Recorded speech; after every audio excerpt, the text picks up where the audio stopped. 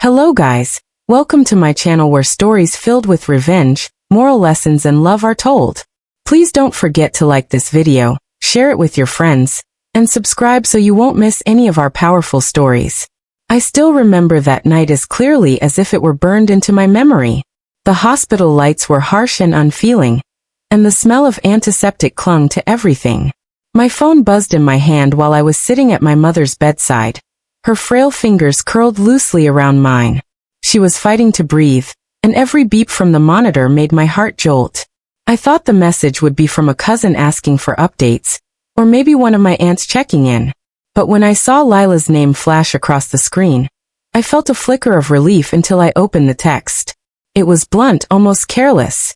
"I'm not canceling girls' night just because your mom's in the hospital. I need this break." I stared at the words, rereading them until they blurred. My chest tightened. My mother, the woman who raised me single-handedly after my father left, was lying unconscious with tubes down her throat, and the person I trusted most in the world, the person who was supposed to be my partner, was telling me that cocktails and gossip meant more than being here with me. I typed back, my thumbs shaking. "She might not make it through the night, Lila. Don't you think this is serious?" The three dots blinked, then disappeared. A minute later her reply landed. "I'm sorry, but I already promised the girls. I'll check in tomorrow. Don't make me feel guilty, okay?"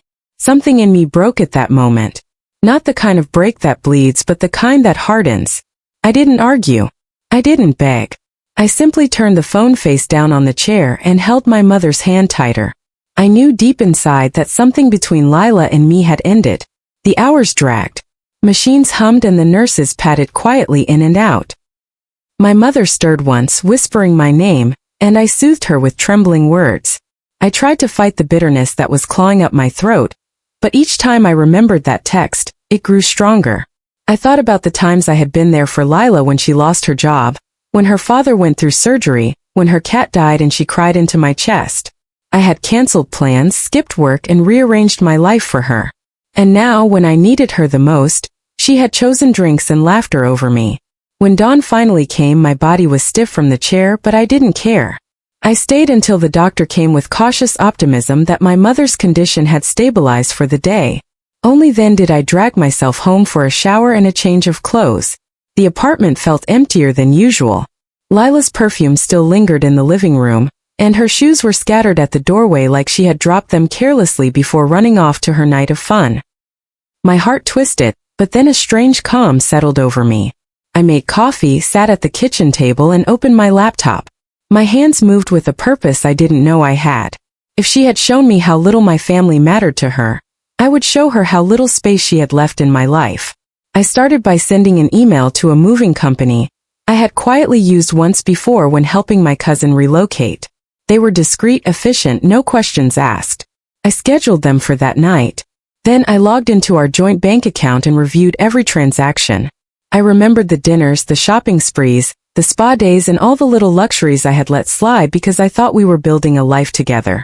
My jaw tightened as I reached for the phone and requested to have our joint credit card canceled.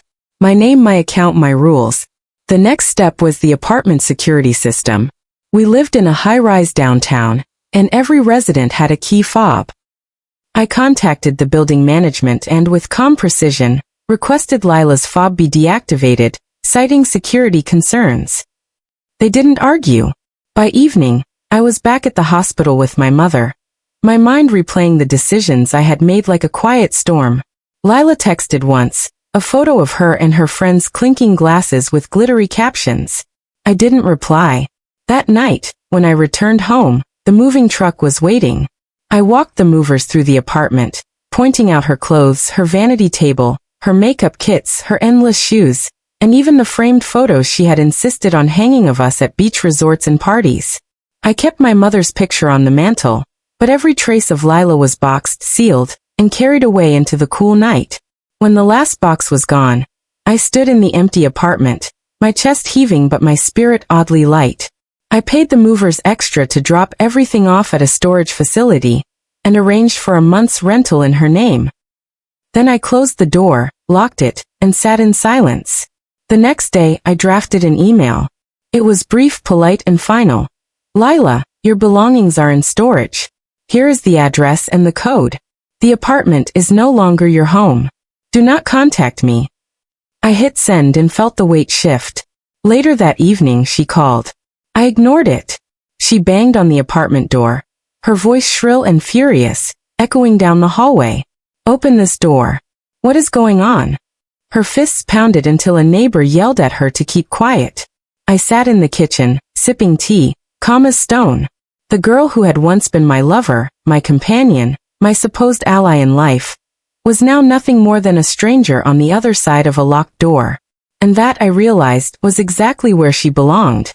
The silence after Lila's furious knocking lingered long into the night. I had locked the door, but it felt like I had also locked something deeper, every ounce of power she once held over me. For the first time in months, I slept without tossing, without reaching across the bed only to find cold sheets. When morning came, I moved like someone who had finally exhaled after holding their breath too long. I brewed coffee, scrolled through the news, and didn't so much as glance at my phone. I knew the storm was coming, and I was ready. By noon it hit. My notifications were overflowing. Lila's friends had taken to social media with claws bared, posting pictures of her crying in front of our apartment door, adding captions that painted me as a cold-hearted monster. Can you believe she kicked Lila out while her mom was sick? Heartless, one read. Another. She dumped her after all they've been through? Wow. There were dozens more, each one sharpening the blade of their smear campaign. I wasn't surprised. Lila had always been the queen of dramatics, the kind who knew how to weaponize her tears when she wanted sympathy. But what she didn't count on was that I had receipts. I didn't rush. I didn't post any angry responses. Instead, I reached out quietly to a few mutual friends, the kind who valued truth over gossip, people I trusted not to twist my words. I sent them screenshots. Lila's text about not canceling girls' night, time-stamped right when my mother was in critical condition. Then the photo she posted with her friends at the club, laughing under neon lights while I sat holding my mother's frail hand. And finally, her hungover text the next morning, complaining about needing dry cleaning for the dress she had ruined at the party. I didn't have to say much. The evidence spoke louder than any defense I could give. This is why things ended, I typed simply. I'm choosing my family over someone who chose the opposite. The ripple effect was immediate. Those mutual friends whispered to others, who whispered to more, until the truth began to shift the tide. Suddenly, the comments under Lila's posts weren't all supportive. People started asking, wait, is this true? Didn't her mom end up in the hospital? Someone even reposted the club photo with the caption, funny definition of loyalty. The facade Lila had built with so much drama began to crack, and the more she fought back, the more desperate she looked. I kept my composure. No rants, no public battles. Silence was my weapon and proof was my shield. But Lila wasn't one to bow out gracefully. Within days I got a letter from her lawyer, claiming I had unlawfully evicted her and wrongfully withheld personal property. My heart raced when I first read it, but my own lawyer calmed me quickly. You didn't evict her, she said firmly. You ended a domestic partnership, removed her access from your lease, and placed her belongings in secure storage. That's actually more considerate than most. She drafted a sharp response, attaching the rental agreement for the storage unit, the code I had provided, and proof that I had covered a month in advance. The case dissolved before it even began. Meanwhile, Lila's carefully curated world unraveled. Her business lifestyle consulting, a fancy term for selling the illusion of glamour, depended on image. But as whispers spread of her callousness, clients backed away. The influencer friends who once flaunted her at brunches stopped tagging her. The brand partnerships dried up one by one. And with each loss, her posts became more erratic, cryptic quotes about betrayal, staged photos that fooled no one, even teary live streams begging people not to believe the lies. I watched from a distance, not out of spite but out of confirmation. Confirmation that my silence had been louder than her screams. At home the changes were just as sharp. The apartment felt spacious, uncluttered by the chaos Lila always seemed to bring. I replaced the vanity table she had dominated with a small desk, where I kept my mother's medical paperwork neatly organized. I rearranged the living room, shifting the furniture so the space felt like mine again, not ours. Each change was small, but together they felt monumental, like I was reclaiming myself piece by piece. One evening, while sitting at the kitchen table, I got a message from one of Lila's old friends, someone who had initially joined in the smear campaign. It was a simple apology. I didn't know the full story. "I'm sorry for what I said. I hope your mom is doing better." I didn't reply, but I smiled faintly. It wasn't about winning back anyone's approval. It was about knowing that the truth had a way of surfacing no matter how deep someone tried to bury it. And through all of this, my mother remained my anchor. Each visit to the hospital reminded me why I had acted so decisively. She was improving slowly but surely. She began to talk again, to eat in small amounts, to ask about the world outside her sterile room. I never mentioned Lila to her. She didn't need that weight. Instead, I told her about the meals I was cooking, the books I was reading, the quiet mornings that were slowly returning to my life. And when she smiled, weak but real, I knew I had made the right choice. Of course, Lila didn't give up completely. For weeks, she circled around me through petty means like liking old photos of us on social media, sending cryptic texts like, "You'll regret this," or, "We had something real." I ignored them all. Silence again was the most cutting answer. She wanted me to engage, to argue, to validate her narrative. But I had nothing left to give. The real victory wasn't in exposing her or watching her fall apart online. The real victory was in the stillness I found inside myself, in knowing that I could walk away, build walls where I needed them, and protect the people who mattered most. And as the weeks stretched into months, Lila's noise faded. Her friends stopped defending her, her business all but disappeared, and her posts dwindled until she was practically invisible. Meanwhile, my life grew fuller, not because I had replaced her with someone new, but because I had filled it with purpose that had nothing to do with her at all. I learned then that revenge doesn't always have to be loud. Sometimes it's the quiet removal, the absence, the choice to walk away and let the other person wrestle with the emptiness they created. And that, I realized, was the kind of revenge that lasted. Time has a way of sharpening the edges of memory. In the months that followed, I rarely thought of Lila except when her shadow brushed against my life through gossip or some online ripple. She became more of a cautionary tale than a person I had once loved. By the time my mother was well enough to be transferred to a senior living community near my apartment, I had already learned to live without the turbulence Lila brought. And it was only then, when my mother's laughter filled my evenings again, that I began to fully recognize how deep the cracks in my past relationship had run. Lila's downfall didn't happen in one big explosion. It was more like a slow collapse, each piece of her carefully built image falling away one by one. First came the loss of her influencer friends. I noticed it when her photos stopped featuring large groups at brunch tables and rooftop bars. It was just her, holding a wine glass against a blank background, her captions filled with vague words about self-love and rebuilding. But the likes were few, the comments even fewer. Then came the whispers about her business. Clients she once bragged about, women who had paid her to curate their lifestyles, started sharing their own stories quietly. How she had been unreliable, arriving late to consultations because of hangovers.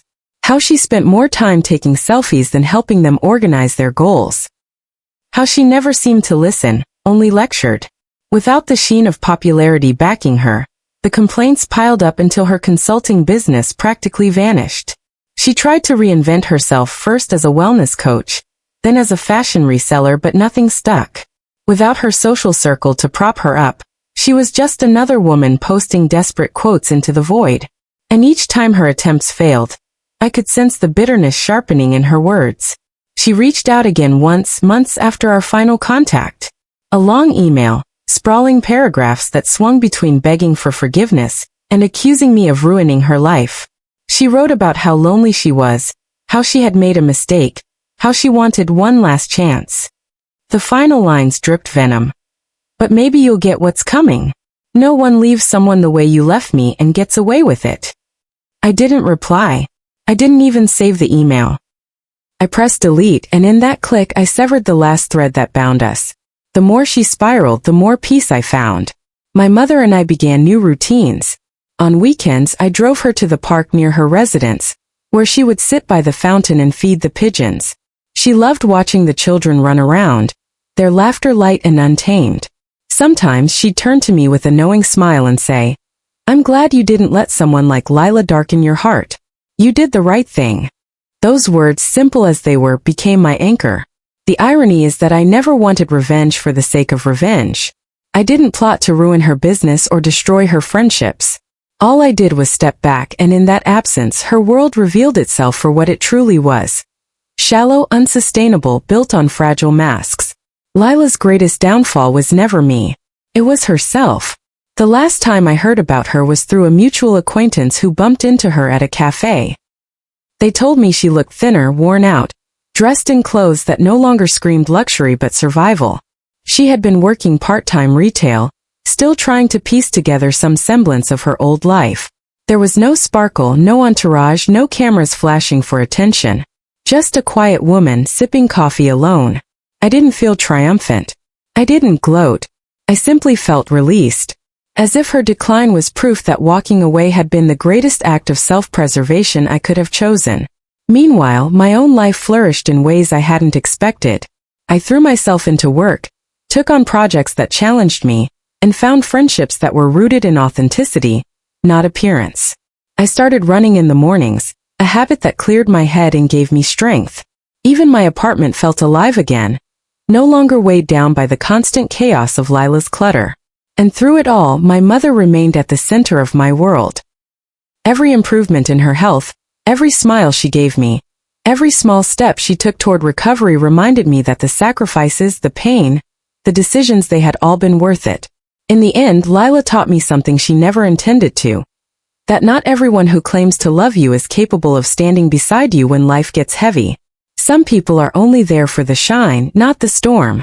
And when the storm comes, they reveal themselves. I learned to value silence, to understand that revenge doesn't always mean fire and fury. Sometimes it means locking a door, reclaiming your peace, and letting the other person stumble in the absence of your light.